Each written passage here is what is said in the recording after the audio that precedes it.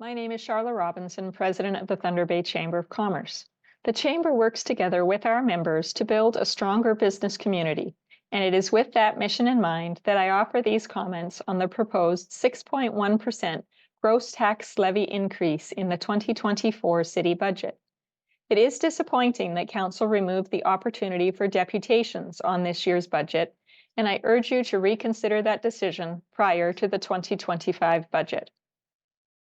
Our members have expressed their very real concerns to us about the proposed tax increase as businesses address the ongoing challenges of high inflation and labor shortages.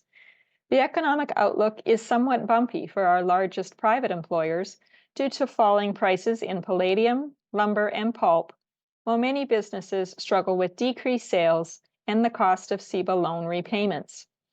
Ongoing mining explorations and the construction of the new corrections facility are two bright spots that are keeping our economy moving while other sectors lag. But why does the business community care about the tax levy? The number one reason why businesses care about the tax levy is cost. City taxes are a direct cost that impacts the ability to invest in other things, such as staff, inventory, or marketing, that could help to make a business more successful. That cost can be a big number. Commercial and industrial property owners pay a larger portion of city taxes than residential property owners, so any increase in taxes is felt more significantly. Commercial property owners pay $1.98 in taxes for every $1 paid by a residential property owner. And for an industrial property owner, that difference is even higher at $2.37. Property taxes are based on the value of the building, with commercial and industrial properties often being assessed at a higher value, meaning that the tax bill for a commercial property owner will be more than 2 times that charged to a residential property.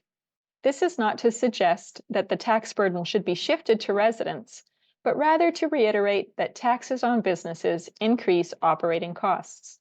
Sadly, several established small businesses have recently announced that they are closing their doors permanently, and this trend may continue in the near term. Another important fact is that all the commercial and industrial properties in the city represent only 16% of the total value of all properties, and yet they pay about 27% of the property taxes collected in Thunder Bay. The number two reason that the business community cares about the tax levy is competitiveness. For many years, the taxes charged to commercial and industrial properties in Thunder Bay have been much higher than in other communities across Ontario.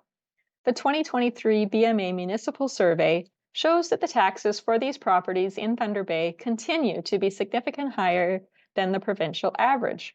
This negatively impacts our community in two ways. First, it makes our city less attractive to a business or resident that is looking to locate here, thereby limiting the ability of our city to grow. Second, it makes our businesses less competitive for pricing and services when they are competing for business in other communities, which limits the opportunity for a local business to grow. City Council has identified growth as a priority in the city's strategic plan, and it is imperative for Council to recognize that tax increases are a barrier to growth. With that in mind, we encourage you to seize every option to reduce the tax levy increase. Economic growth has a significant upside as it provides increased tax revenues to the city. As Council and Administration develop the work plan to achieve the growth objectives in the strategic plan, the most impactful thing you can do is to make it easy to invest here. City processing times for leases, purchase agreements, and other growth-related approvals are a key metric that must be defined, measured, and actively managed.